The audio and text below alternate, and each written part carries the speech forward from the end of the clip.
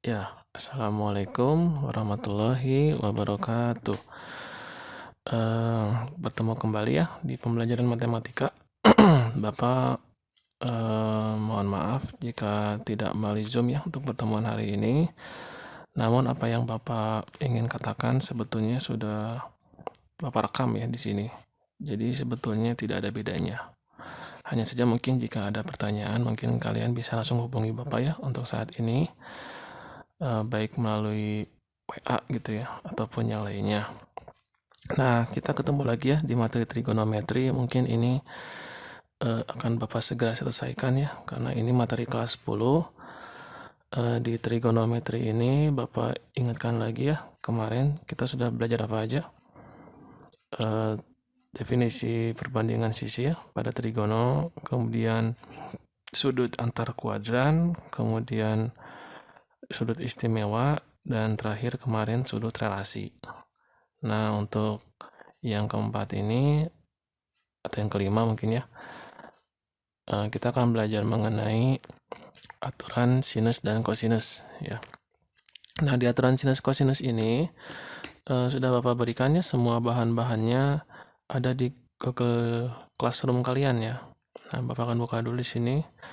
Jadi di Google Classroom ini sudah Bapak buat ya, baik itu dalam bentuk materi ataupun tugasnya. Nah, untuk materi Bapak berikan rangkuman ya. Di sini ada rangkuman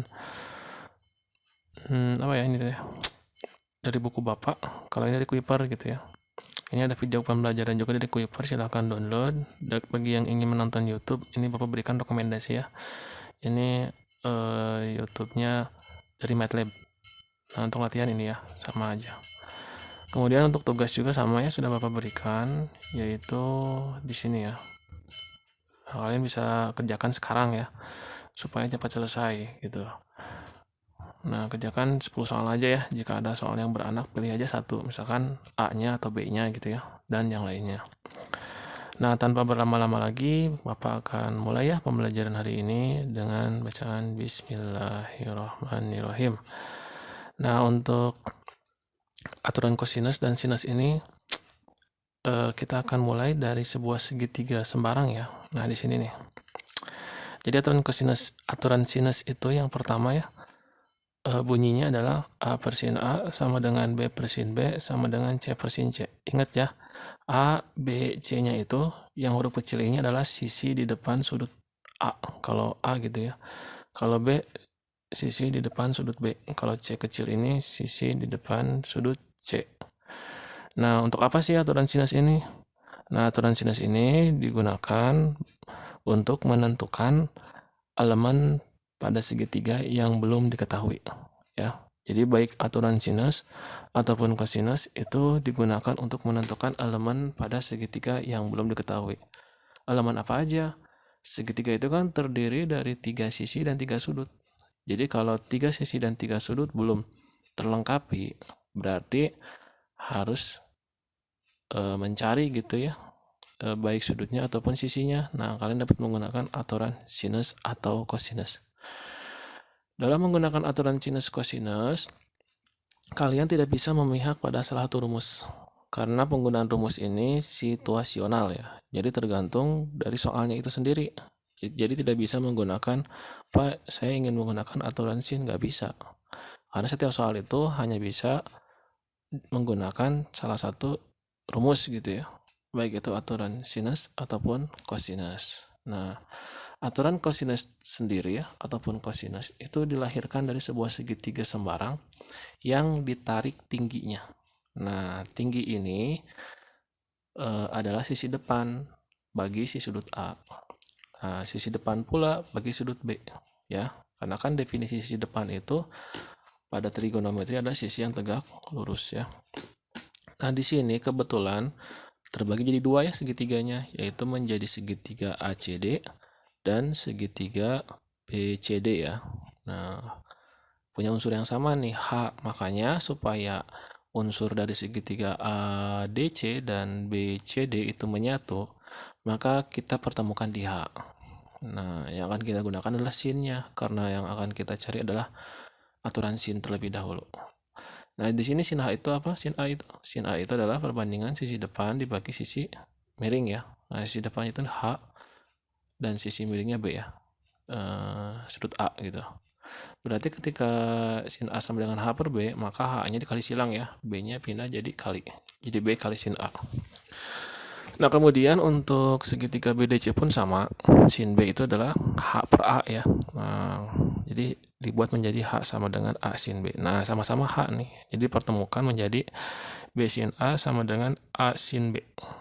Nah, bagi ya sininya. Jadi si sin A-nya pindah ke kanan jadi bagi, si sin B-nya pindah ke kiri jadi bagi. Jadilah B per sin B sama dengan A per sin A. Kalau ini dibawa C sama sin C sama juga. Jadi kalau dibawa dengan sisi C dan sin C-nya berarti C sama dengan sin C. Nah, seperti ini. Jadi bunyi dari aturan sinus itu adalah membandingkan sisi di depannya dengan sudutnya gitu. Jadi A per sin A sama dengan B per sin B sama dengan C per sin C. Nah, di sini yang digunakan Pak tiga-tiganya sekaligus enggak. Jadi yang digunakan itu sepasang, baik itu A per sin A sama dengan B per sin B. Atau boleh B per sin B dengan C per sin C. Intinya ketika perhitungan itu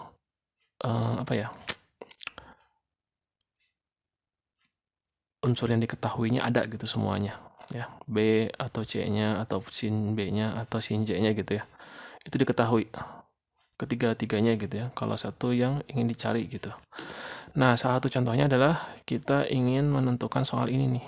Nah, jadi di sini tuh jika nilai sin C sama dengan 1/3, maka nilai dari sin A dan sin B adalah, nah ini sin A sin B ini berupa sudut ya. Jadi di sini tetap kita akan mencari yang namanya itu unsur segitiga atau elemen segitiga yang belum diketahui. Nah, kapan menggunakan aturan sinus, kapan menggunakan aturan kosinus? Timbul pertanyaan nih.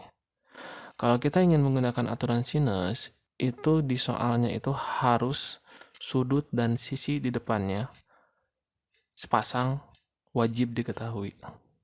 Jadi kalau kalian punya soal di sini pengen nyari sudut A-nya atau B-nya atau C-nya atau sin A-nya, sin B-nya, sin C-nya atau yang lainnya, mau cos mau tangan, itu di soalnya tuh kalau ingin menggunakan aturan sinus, sudut dan sisi di depannya wajib diketahui sepasang ya. Jadi kalau diketahui sudut C, maka sisi C-nya harus ada gitu.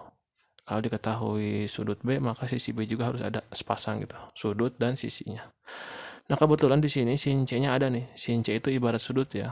Jadi si sin C ini adalah sepertiga nih. Jadi pada soal ini sin C dan sudut C gitu ya, dengan sisi di depannya, sisi C itu diketahui. Nah, maka daripada itu kita dapat menggunakan aturan sinus. Apa bunyinya? A per sin A sama dengan B per sin B sama dengan C per sin C. Nah, kita menggunakan yang mana? Tergantung ya. Di sini kita akan mencari dulu sin B nih. Nah, kalau kita ingin mencari sin B, maka unsur yang tadi diketahui adalah C dan sin C itu harus ada di posisi pertama nih. Nah, di sini. Ingat ya, sisi AB ini namanya sisi C. Jadi kalian kalau ingin menghafal, Pak, sisi A itu apa? Sisi A itu BC. Kalau sisi B, AC. Kalau sisi C, BC. Sisi C AB gitu ya. Jadi di sini sisi AB ini disebut sisi C juga ya. Jadi jangan salah paham, ini rumus tetap sama. Kalau sisi AC di sini berarti sisi B ya. Nah, ini menggunakannya berarti C per sin C sama dengan B per sin B. Kenapa Pak nggak dibawa sin A-nya? Nanti giliran. Karena kita akan mencari sin B dulu. Nah, di sini C sama sin C udah ada nih.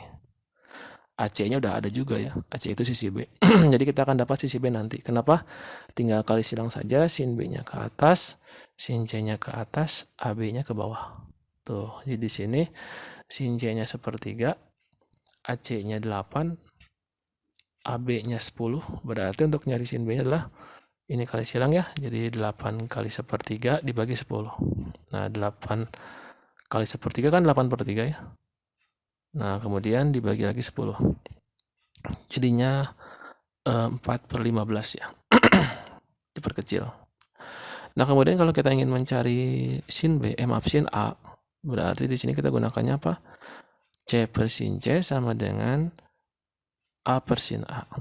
Apa boleh pakai B per sin B sama dengan A per sin A boleh, karena kan B sama sin B udah ada nih.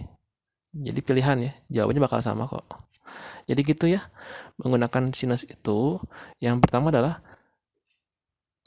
A sin A-nya atau B per sin B-nya atau C per sin C itu harus diketahui sepasang di sini. Karena kalau sampai ini nggak diketahui, pas kalian kali silang juga akan bingung karena terlalu banyak variabel yang tidak diketahui. Jadi minimal kalau ingin pakai sin C itu dari 4 elemen ini ya, dari 4 rumus ini, misalkan C per sin C sama dengan A per sin A ini, satu aja yang nggak diketahuinya. Jadi yang harus diketahui sepasang dan juga yang lainnya gitu. Biar ketika dikali silang di sini misalkan sin A-nya langsung ketahuan. Ya. Jadi sin A ini pindah ruas jadi ke atas, ke kiri ya. Sepertiga jadi kali 10 jadi ke bawah. Jadi 7 per 10 ya. Nah, sepertilah cara menggunakan aturan sinus. Jadi aturan sinus itu adalah mencari elemen segitiga, baik sudutnya itu dalam bentuk sudut derajatnya, atau mau sinnya, atau cosnya, atau tangennya, ataupun kita ingin mencari sisinya, gitu ya.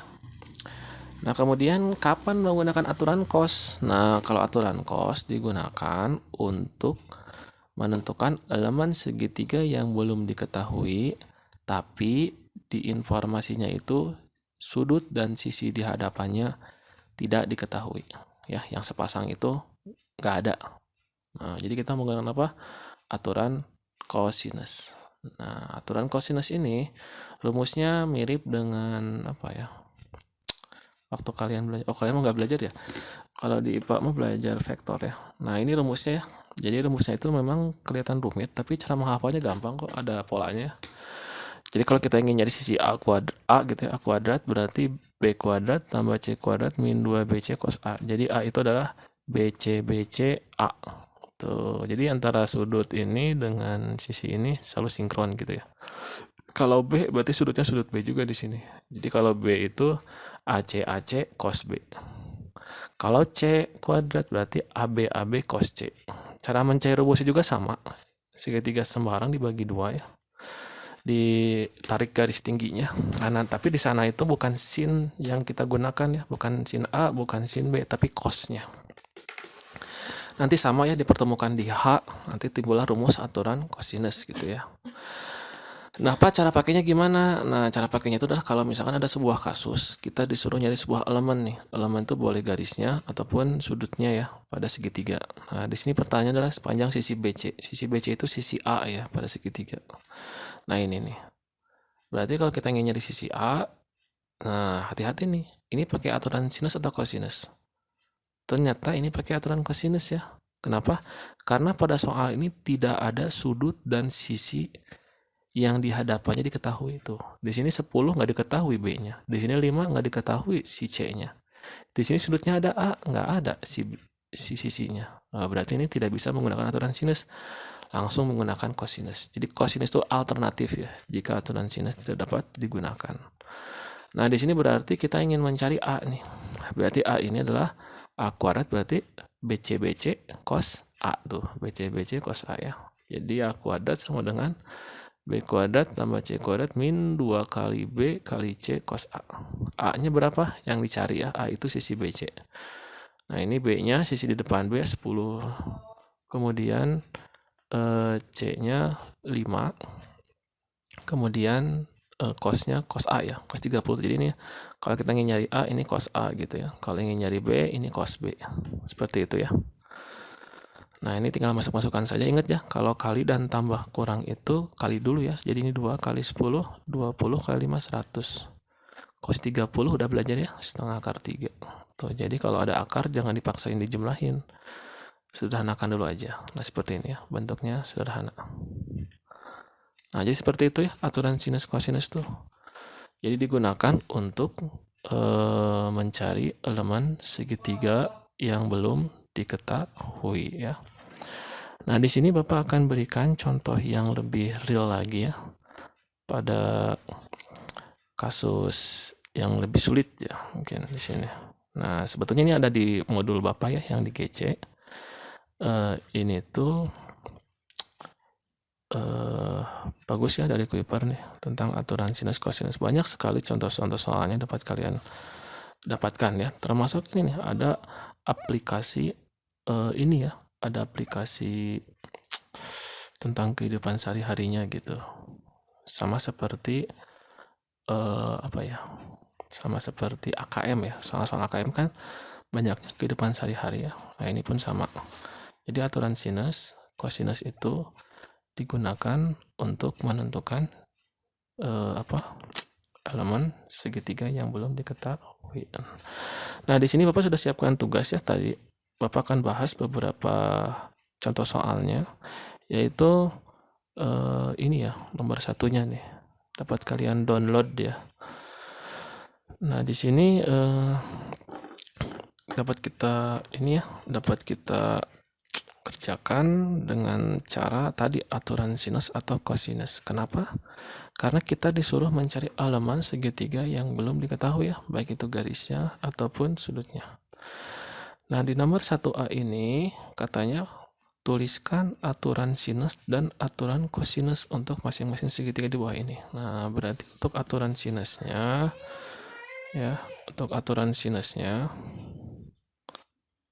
itu kalian bisa gunakan A per sin A, B per sin B sama dengan C per sin C. Namun di sini sudut yang adanya itu bukan ABC, tapi apa? PQR. Makanya kalian boleh gunakan di sininya adalah P per sin P sama dengan Q per sin Q sama dengan R per sin R ya. Nah, jadi bunyinya selalu sinkron gitu antara sisi dan sudut yang di hadapannya. Sedangkan pertanyaan kedua adalah tentukan aturan cosnya. Nah, untuk aturan cosnya kita bisa gunakan, yaitu kalau kita ingin mencari P, maka polanya udah ada ya tadi polanya, yaitu kalau P kuadrat itu berarti Q kuadrat tambah R kuadrat ya, karena sisi kan cuma 3 gitu di sini. Berarti P kalau Q tambah R min 2QR cos P. Tuh, kalau kita ingin mencari panjang Q berarti P kuadrat tambah R kuadrat min 2PR cos Q gitu ya. Perlu kalian ingat ya, kalau nulis sisi itu pakai huruf kecil, kalau sudut pakai huruf besar ya, kapital. Kalau R berarti P dan Q ya. Nah, gini. Oke. Nah, gini. Jadi nomor 1A ini seperti ini ya jawabannya. Kemudian untuk nomor 2, Bapak akan bahas ya, yaitu mengenai aturan sinus kosinus juga.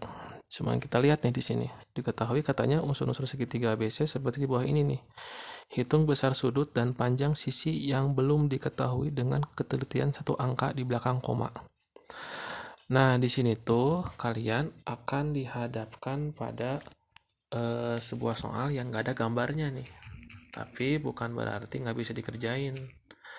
Cara mengerjakannya itu sebetulnya mah kalian lihat aja di sini. Sudut A, berarti gambar aja dulu kalau masih bingung ya. Di sini kita gambar untuk nomor A-nya ya. Nah, di sini berarti gambar seperti ini. Nah, A di sini, ini B, ini C ya. Berarti di sini 110. Kemudian sudut B-nya 227 derajat. Sisi A-nya adalah 16 cm. Nah, seperti ini. Nah, setelah ini kita akan mencari sisi yang belum diketahui. Apa aja? Sisi B, sisi C, sudut C. Jadi ada 3 elemen yang belum diketahui di sini. Nah, kita mulai dari yang mungkin dulu ya. Nah, bukan dari yang keinginan kita, tapi yang mungkin dicari dulu. Nah, di sini kalau kita gunakan aturan sin, mungkin nggak? Mungkin. Karena di sini sudut A dan sisi di depannya diketahui. Tuh, udah aja. Berarti kekunci ya. Sisi apa ini? Sisi A, ini sudut A. Berarti kita bisa gunakan A per sin A. Nah, sekarang timbul pertanyaan. A sin A ini dikombinasikannya dengan B per sin B atau C per sin C. Kalau kita gunakan B per sin B, B-nya ada nih. Tuh, jadi nanti kita akan dapat sisi B. Tapi kalau kita gabungkan dengan C per sin C, sudut C-nya nggak ada, sisi C juga nggak ada. Berarti cukup sulit kalau gitu ya. Makanya di sini sandingkannya dengan B per sin B. Nah, si A itu 16 cm ya. Terus 16, sin A-nya sin 110. Nah, kalau sin selain sudut istimewa, cara menggunakannya pakai kalkulator aja ya. B-nya dicari. Ya, B itu sisi AC. Sin B-nya adalah sin 27 derajat. Sama, ini juga menggunakan kalkulator. Berarti B-nya adalah, ini kali silang ya, ke sini jadi 16 kali sin 27 derajat dibagi sin 110. Nah, berarti di sini B-nya sama dengan 16 kali. Nah, dengan menggunakan bantuan kalkulator, sin 27 derajat itu nilainya adalah 0,453 ya. Nah, Pak, di soalnya kan cuma satu belakang koma, itu untuk jawaban akhir ya. Kalau untuk sudutnya mah justru harus gunakan sebanyak-banyak mungkin ya si komanya, 3 atau 2 lah. Nah, sedangkan sin 110 itu dengan menggunakan bantuan kalkulator itu nilainya adalah 0,939 ya. Nah, dengan dihitung pakai kalkulator juga ya. Kalian boleh di sini menggunakan kalkulator karena angka-angkanya kurang bersahabat ya. Nah, ini dibagi dengan 0,939 ya. Jawabannya adalah 7,718 ya. Karena ingin satu angka di belakang koma berarti 7,7 cm ya. Seperti itu. Ini untuk mencari sisi B. Sedangkan C-nya gimana? Nah, jangan lupa ya, pada segitiga itu jumlah sudutnya adalah 180. Nah, ini adalah pengetahuan yang kalian dapatkan di SD. Jadi sebelum kita mencari C per sin C itu minimal C-nya atau sin C-nya harus ada nih. Nah, berarti kita menggunakan hubungan sudut dalam segitiga. Nah, ingat ya, sudut dalam segitiga itu jumlahnya adalah 180. Makanya untuk nyari C itu 180 kurangi 110 kurangi 27 ya. Seperti itu. Nah, sama juga hitung aja ya. Kalau ada kalkulator pakai kalkulator aja. Tapi ingat kalau ulangan jangan ya. Nah, di sini jawabannya adalah 43 derajat. Nah, berarti kita siap menggunakan aturan sinus ya. Yang kedua yaitu di sininya kita gunakan A per sin A sama dengan C per sin C. Tuh, di sini sin C-nya udah ada ya. Ingat, jangan sekali-kali menggunakan aturan sinus kalau ada dua unsur yang belum diketahuinya, karena sulit nanti ketika kali silang dua-duanya ya. Harus dicari sekaligus, mustahil. Jadi harus satu aja. Nah, C-nya 43 ya udah ada. Jadi sini A-nya 16 sin 110. C di sininya kita cari ya sisi AB dan sudut C sin 43. Nah, berarti di sini kali silang ya. C-nya sama dengan 16 per sin 110 dikali sin 43 ya. Nah, dengan menggunakan bantuan kalkulator, sin 110 kan tadi berapa? 0,939 ya. Sin 43-nya kita cari di sini yaitu 0,682 ya. Kalkulator pakai aja 3 koma. Nah, kita cari di sini 16 kali 0,682 ya dibagi 0,939 ya. Jawabannya adalah 11,6 ya, dibulatkan aja. Nah, jadi itulah salah satu cara menggunakan aturan sinus untuk mencari elemennya ya. Tuh, sudut C-nya dapat, sisi C-nya dapat, A-nya dapat, B-nya dapat, sin A-nya dapat, sudut B-nya juga dapat gitu ya. Semuanya dapat, ada 6 unsur kan segitiga itu ya. 3 sisi dan 3 sudut. Nah, sekarang untuk contoh yang terakhir ya, Bapak akan ini kan yang nomor 4 ya. Nah, jadi nanti sisanya kan kerjakan ya 5 soal aja. Nanti kumpulkan di GC ya. 1 sampai 5 tugasnya ya. Nah, di sini Bapak akan bahas itu yang A-nya. Di sini katanya dikatai unsur segitiga nih, ABC. Hitung besar sudut yang diminta dengan ketelitian satu angka di belakang koma nih. Katanya di sini ada segitiga ABC ya. Jadi di sini segitiga ABC, maaf gambarnya. Nah, ini A, B, C. Nah, sisi A-nya 4, sisi B-nya 5, sisi C-nya 6, sudut A-nya berapa? Nah, ini. Oke. Nah, di sini Bapak mau nanya nih, menggunakan aturan sin atau cos? Nah, nggak mungkin pakai aturan sin karena di sini tidak ada sudut dan sisi yang sepasang gitu ya, yang saling berhadapan itu ada, nggak ada. Berarti harus menggunakan apa? Aturan cos ya di sini. Nah, pertanyaannya apa? Pertanyaan dari sudut A nih. Nah, si A ini biasanya kalau ingin nyari A harus dari A lagi. Karena rumus kosinus itu bunyinya gini nih. A kuadrat sama dengan B kuadrat tambah C kuadrat min 2BC cos A. Nah, ini yang kita cari nih. Tuh, berarti harus pakai A di sininya ya. Pak, kalau pertanyaannya B, berarti sudut B misalkan ya. Berarti B kuadrat sama dengan AC cos B gitu ya. Nah, kita ingin nyari A-nya. Berarti di sini A-nya berapa?